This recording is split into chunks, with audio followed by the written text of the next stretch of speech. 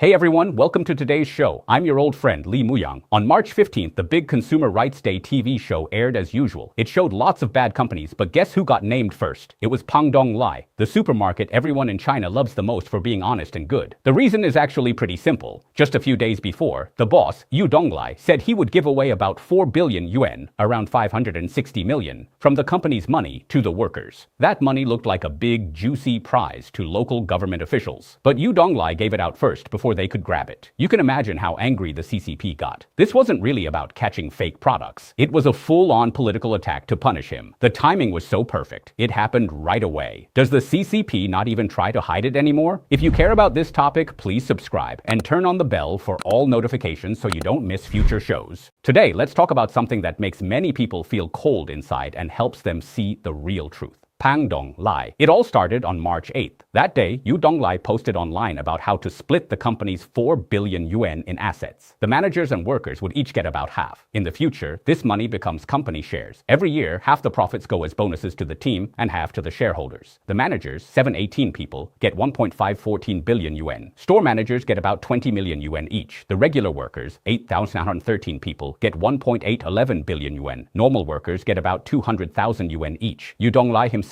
only keeps around 5%. This news exploded online. Many people felt jealous. Some doubted it. On March 11th and 14th, Donglai explained twice. This is not giving cash right now. It's the profit-sharing system Pangdong Lai has used for over 20 years. They're doing it now because they're building a big new project in Zhengzhou called Dream City. This way, everyone knows clearly who owns what, and the money stays safe in the company. The money is still with the company, managed by a decision committee. But online, another story spread fast. The Henan government wanted the 4 billion yuan cash in Pangdong Lai's bank account. Pangdong Lai used to only have stores in Shuchang and Xinxiang in Henan. But in February 2025, Donglai suddenly said they would open in Zhengzhou, the capital of Henan. The first store would be underground at Jingwei Huaiyue Plaza near Zhengzhou East High-Speed Rail Station. At first, the government said they would pay to build the plaza and rent it to Pangdong Lai. This would help bring business and raise property prices around it. But halfway through building, the government said they had no money left and wanted Pangdong Lai to pay the 4 billion yuan to finish it. That number exactly matches the cash Pangdong Lai had. After it's built, Pangdong Lai still wouldn't own it. The government keeps the ownership. People can't help thinking this was a trap set just for Pangdong Lai. When Donglai saw something was wrong, he decided to give away all that money to the workers. Maybe if the money is gone, they won't have a reason to bother him anymore. While the money-sharing talk was still hot, on March 13th, a blogger named Wang Hai Testing posted a video. He said eggs called Yejiming Song Lin free-range selenium-rich eggs bought from Pangdong Lai in Shucheng had artificial color called canthaxanthin at 954 mg. This is over the 8 mg limit in the agriculture rules for poultry feed. The video went viral fast. Right away, on March 14th, the Shucheng Market Supervision Bureau said they were starting an investigation. They acted so quickly, it was shocking. Then on March 15th night, this became a big story on the 315 show. But anyone with basic common sense can see this is picking at tiny problems like finding a bone in an egg. That same night, March 15th, Pangdong Lai gave a strong answer. They said the blogger used the wrong rule. He used the feed additive standard to judge fresh eggs. That's like using a Taylor ruler to measure body weight. Totally wrong match. Right now, China's national standards for fresh eggs have no forced limit on canthaxanthin. In other words, Pangdong Lai's eggs are fine. But if officials say they're bad, they're bad. Why pick eggs? Because eggs are something every family eats every day. The CCP's meanest trick is to attack you in the area you're most proud of, food safety, and destroy your good name as an honest company. Famous overseas commentator Li Chengpeng said something very sharp. In China, all business owners are just front managers. The real boss is the power group in control. Donglai has done things like sorry bonuses for workers, high pay for cleaners, and giving most profits to employees. To normal people, this looks like a kind heart. But to the CCP, it's buying people's hearts and stealing fans from the party. What really scared the power people was that 4 billion yuan. Right now, local governments in China are almost broke. They catch business owners from other provinces and take their money illegally. When Donglai gave that money to workers instead, in their eyes it was refusing taxes, hiding assets, and openly going against the party and government. Look at the timing.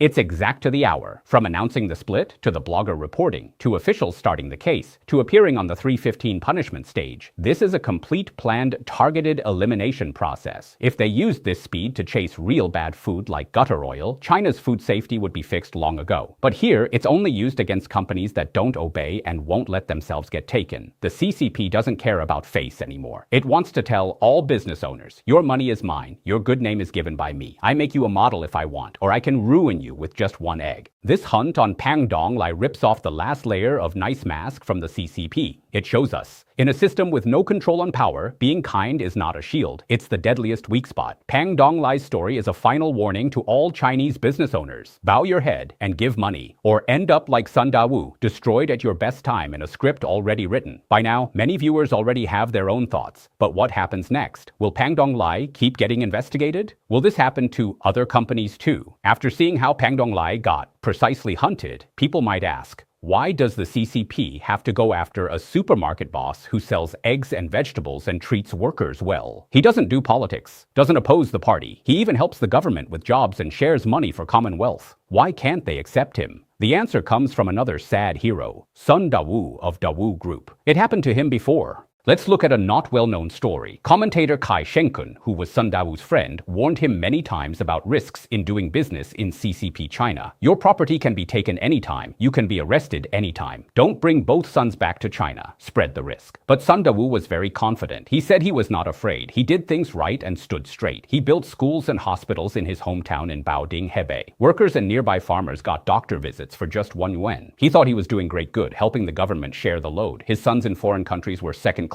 citizens. He didn't want that. But what happened? In 2020, the CCP arrested him on some random excuse. Because he wouldn't admit guilt, they arrested his whole family to threaten him. In the end, he had to admit guilt. In 2021, he got 18 years in prison, and the whole Dawu group was taken by officials. His son, following his order, gave up being a second-class citizen abroad and came back to become a prisoner. This is the same deadly weak spot for Pangdong Lai and Sun Dawu under CCP rule. You did too good. You made power feel threatened. In the CCP's thinking, this is fighting for the people's hearts. Imagine, if people get sick and thank Sun Dawu's hospital, if workers live better and thank Donglai's sharing, if people buy safe meat and eggs and thank Pangdong Lai's honesty, then where is the party? Where do they put the government's kindness? In a dictator's eyes, this is not charity. It's buying hearts. The CCP will never allow a moral hero outside the system with huge influence. If you have moral power, you have pull. You could become an independent center in society. For a regime that wants total control, where everyone is like isolated atoms only looking up to the leader, a guy like Donglai with morals and kindness is a huge thorn in their side. Deeper truth, the CCP system is built on bottom-line competition. It needs people who don't trust each other, report each other, and give up dignity to survive, like slaves.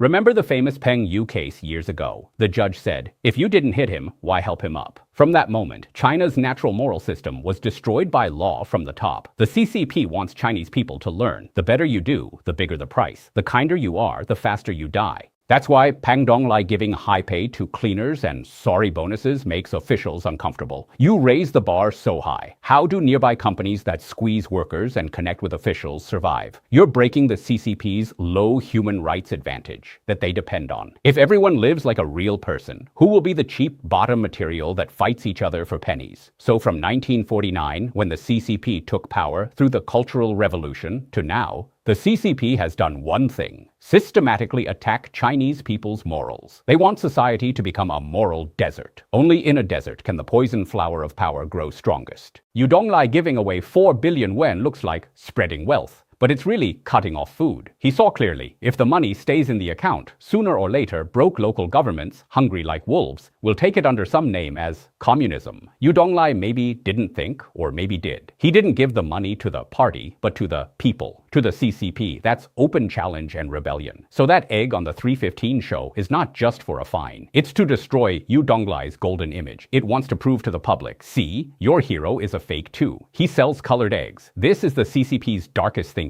I'm not noble, so I pull all noble people into the mud. I have no morals, so no one in the world can have morals. Pangdong Lai's story tells us, in China, being a moral person or running a kind business is a high-risk adventure. When power decides to harvest you, your kindness becomes your best tombstone. Pangdong Lai's case gives us the clearest and cruelest lesson. In today's China, there is no safe harbor anymore. Before, people thought, as long as I don't talk politics, don't oppose the party, just do business quietly, I can survive. But Pangdong Lai shows you, even if you do super good, even if you win the whole country's hearts, as long as you have money in the bank and people's respect, you're a fat pig ready to be slaughtered. Donglai's situation now is even more dangerous than Sun Dawu's back then, because now the CCP's money crisis is so bad they're not picky anymore. From Commonwealth to targeted elimination, it's all a modern version of beat the rich, divide the land. This is the shared fate of Chinese business owners today. The bigger you get, the more you're a pig fattened for killing. The better you do, the more your moral shine makes power nervous. So many overseas commentators have said the same. Business owners, run. This is not making people scared for no reason. It's lessons from bloody facts. When a regime uses a national show like 315 to attack a kind company with precise hits, the system has lost all ability to fix itself. It doesn't need models anymore. It only needs prey. It doesn't care if honest business dies forever. It only cares if it can grab that 4 billion today. This is the biggest lesson from Pangdong Lai. In a country where property is not safe and morals are seen as threats, any kind of kindness is a dangerous luxury. Donglai's giving away money is his last fight in despair. But can this fight buy him a little safety? Or will it bring crazier revenge? Welcome to leave comments and discuss. See you next time.